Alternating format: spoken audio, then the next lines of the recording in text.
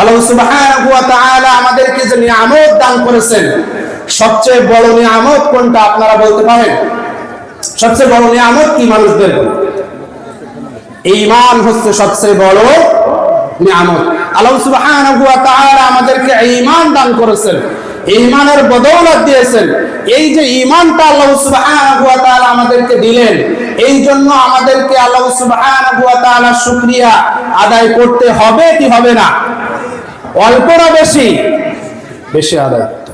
কারণ আল্লাহ সুবহানাহু ওয়া তাআলা কোরআনুল কারীমের মধ্যে বলেন, সূরাতুল ইব্রাহিম, লাইন শাকারতুম লাযীদান্নাকুম ওয়া লাইন কাফারতুম ইন্না আযাবী লাশাদীদ। আল্লাহ সুবহানাহু ওয়া তাআলা বলেন, হে আমার বান্দারা, তোমরা যদি আমার নিয়ামতের শুকরিয়া আদায় করো, এই নিয়ামত আমি তোমাদেরকে দিয়েছি, এই নিয়ামতগুলোর শুকরিয়া যদি তোমরা আদায় করতে পারো, লাযীদান্নাকুম, এই নিয়ামত আমি তোমাদেরকে বাড়িয়ে দেব। সুবহানাল্লাহ।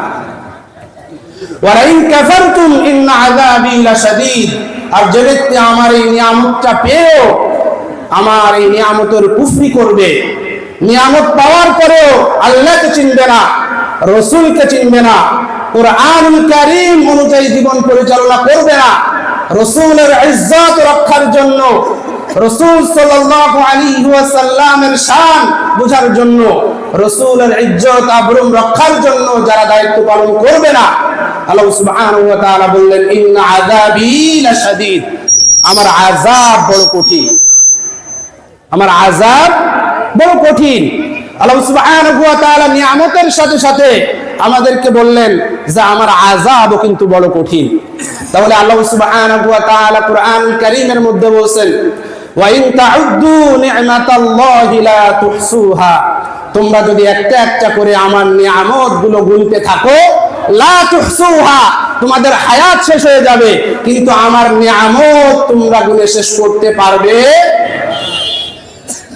এই যে আল্লাহ সুবহানাহু ওয়া তাআলা আমাদেরকে এত নিয়ামত দিলেন, এই নিয়ামতগুলোর মধ্যে থেকে সবচেয়ে বড় নিয়ামত কোনটা বললাম? ঈমান। মানুষকে আল্লাহ সুবহানাহু ওয়া তাআলা ঈমান দিয়েছেন। এই ঈমানবিহীন আমলের কোনো মর্যাদা আছে?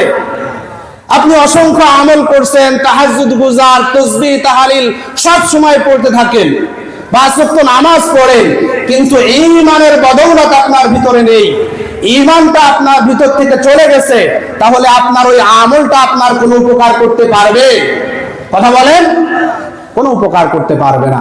তাহলে ঈমানটা হচ্ছে এমন নিয়ামত, এই ঈমানটা যদি আমাদের মধ্যে থাকে, অল্প আমলই নাজাতের জন্য যথেষ্ট হয়ে যায়, ঠিক কি না?